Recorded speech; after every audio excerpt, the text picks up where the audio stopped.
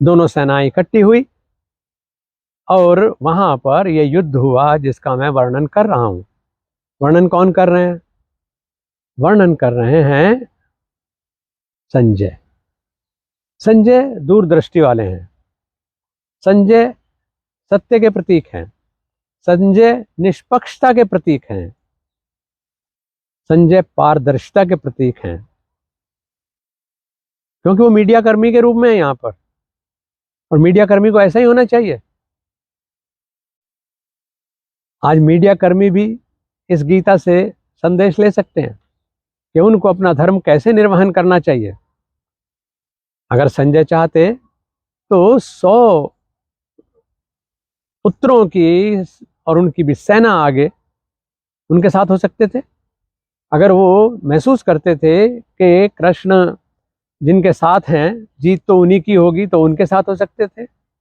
अगर वो इस बात को भी ना जानते होते और ये सोचते कि ये जो 5 भाई हैं इनके साथ बड़ा अन्याय हो रहा है, मुझे इनका साथ देना चाहिए, वो ये भी कर सकते थे। ये मीडिया का काम नहीं है। उस समय भी ये दूरदर्शन थे, उस समय भी ये सैटेलाइट्स रहे होंगे कि पूरा आंखों देख। आज भी तो आप देख रहे हैं यूक्रेन में क्या हो रहा है, रशिया में क्या हो रहा है, इजराइल में क्या हुआ, सब घर बैठे आप देख रहे हैं। तो ऐसे ही पूरी दुनिया देख रही थी कि महाभारत में क्या हो रहा है। उस जैसा युद्ध न कभी कहते हैं हुआ ना ही होगा। इतना बड़ा महासंग्राम था वो। तो उसके लिए कहा गया धर्म क्षेत्रे कुरुक्षेत्रे समवेता युयुत्सव मामका पांडवाश्चैव किम अकुर्वत संजय। धृतराष्ट्र तो अंधे हैं।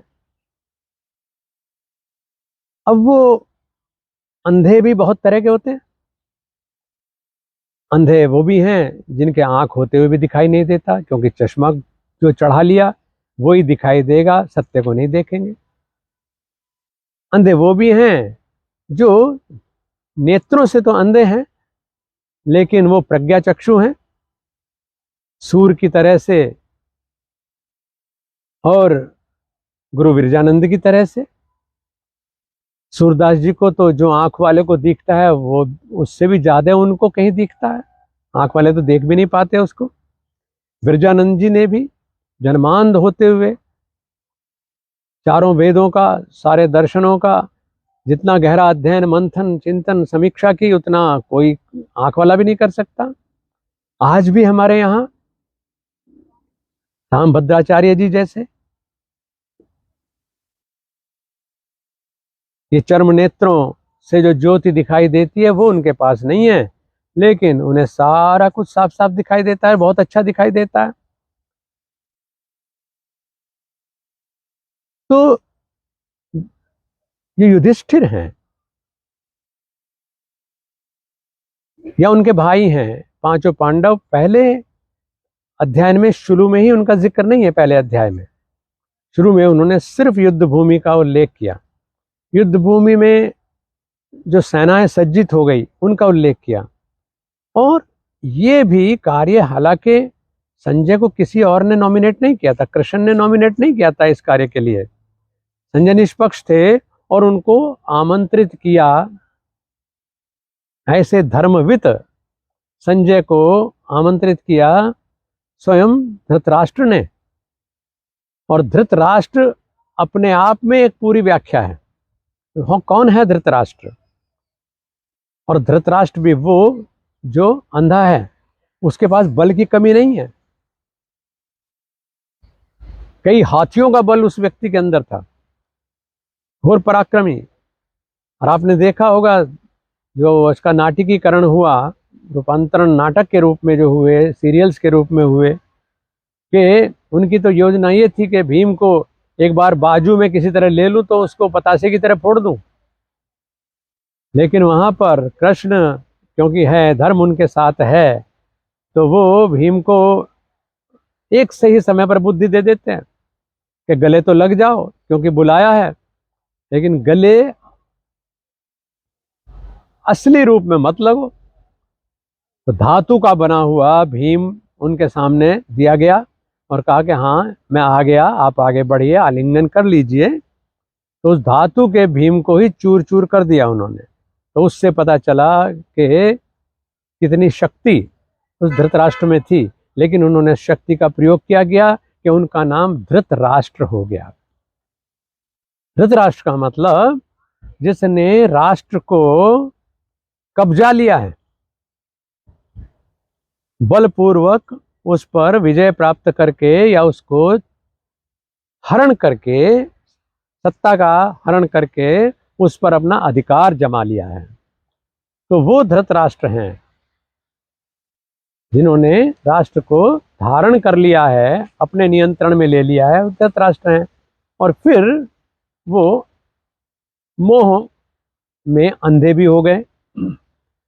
तो उस धृतराष्ट्र ने संजय जैसे दूरदर्शी व्यक्ति से कहा कि मैं देख तो नहीं सकता हूं, क्योंकि निष्पक्ष देख भी नहीं पाऊंगा, मेरे पास विवेक की चक्षु नहीं है, आंख नहीं है।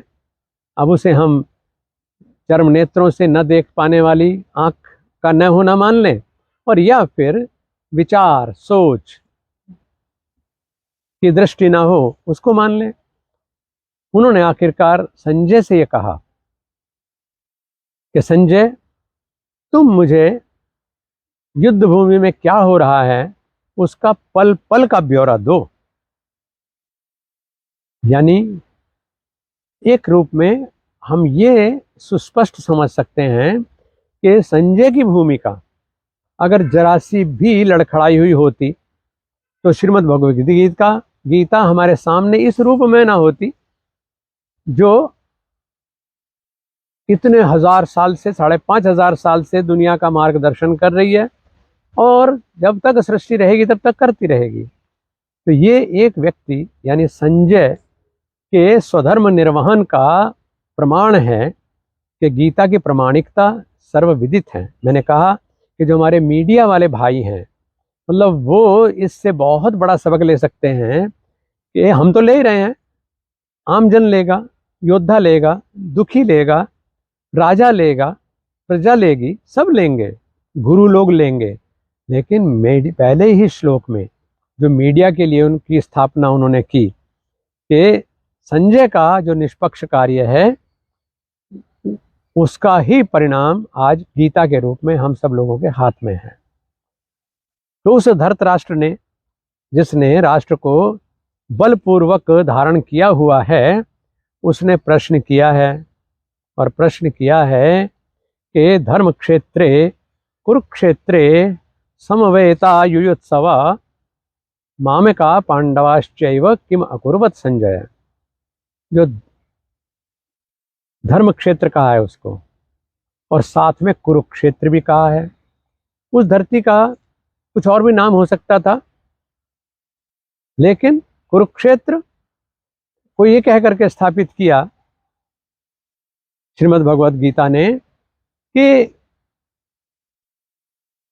कर्म ही धर्म है। अगर हम कर्म नहीं करते हैं, व्यक्ति नहीं, अगर पेड़ पौधे जीव जंतु वो भी अपना कर्म नहीं करते हैं तो वो स्वधर्म का पालन नहीं कर सकते। गाय का धर्म, विभिन्न फलदायी वृक्षों का धर्म, वो सब अपने कर्म को करते हैं, तब हमको मौसम में रसाल मिलता है, तब हमें मौसम में अन्य फल मिलते हैं। और ये स्थिति मनुष्य के साथ भी है। तो धर्म क्षेत्रे कुरुक्षेत्रे, यानी शुरू में ही कृष्ण ये स्थापित कर देते हैं श्रीमद् भगवद गीता के माध्यम से कि कुरुक्षेत्र यानी कर्म का जो क्षेत्र है, वहीं पर धर्म का बीज बोया जा सकता है। उससे ही धर्म और अधर्म दोनों में से एक को चुनने और उसका आचरण करने का अवसर हमको मिलता है। तो इस क्षेत्र में, कर्म के क्षेत्र में जहाँ धर्म की जय होनी है, कहते भी यत्र धर्मस्ततो जय, जीत तो वहीं होगी जहाँ पर धर्म होगा। भले ही अधर्म पर चलने वाले लोग भीड़ हो और धर्म पर चलने वाला एक अकेला ही रह जाए, लेकिन विजय धर्म की होनी है। यत्र धर्मस्ततो जय। तो कहते हैं कि लेकिन कैसे वो स्थापित हुआ, इस चीज का दृश्य मुझको तुम बताओ। समवेता युयुत्सव। इकट्ठे हो गए हैं सब लोग, दोनों तरफ की सेनाएं सज्जित हो गई हैं और अपनी विजय की कामना करने वाली वो सेनाएं हैं जो वहां पर इकट्ठी हुई हैं। यहाँ ये भी बता दिया गया कि वो कौन से दो पक्ष हैं। मामका पांडवाश्चैव। युद्ध की में विजय की इच्छा रख करके जो दोनों सेनाएं वहां पर कुरुक्षेत्र में जो धर्म युद्ध है, धर्म की विजय के लिए युद्ध होने जा रहा है, तो वहां पर स्वयं की जीत की इच्छा लेकर के जो सेनाएं इकट्ठा हुई हैं, और वो सेनाएं मामका, वो मेरी हैं, यानी और पांडव की हैं। अगर वो निष्पक्ष राजा होते तो वो मेरे और पांडव के अलग अलग वाली बात ना करते, वहां नाम भी ना लेते। यही कहते कि जो अपने धर्म के लिए लड़ने वाली सेनाएं हैं वहां क्या हो रहा है मुझे बताओ। लेकिन नहीं, उसने तो क्योंकि राष्ट्र को धारण किया हुआ है, अपहरण किया हुआ है, तो इसलिए भेदभाव जो है उस आरंभ से ही उनका दिखाई दे रहा है, इसीलिए उनको अंधा भी कहा गया। और ये जो दो सेनाएं हैं, यानी कौरवों की सेना और पांडवाश्चैव, और पांडवों की जो सेना है, उन्होंने क्या किया हे संजय, ये आंखों देखा हाल तुम मुझे दिखाओ। ये बताने के बाद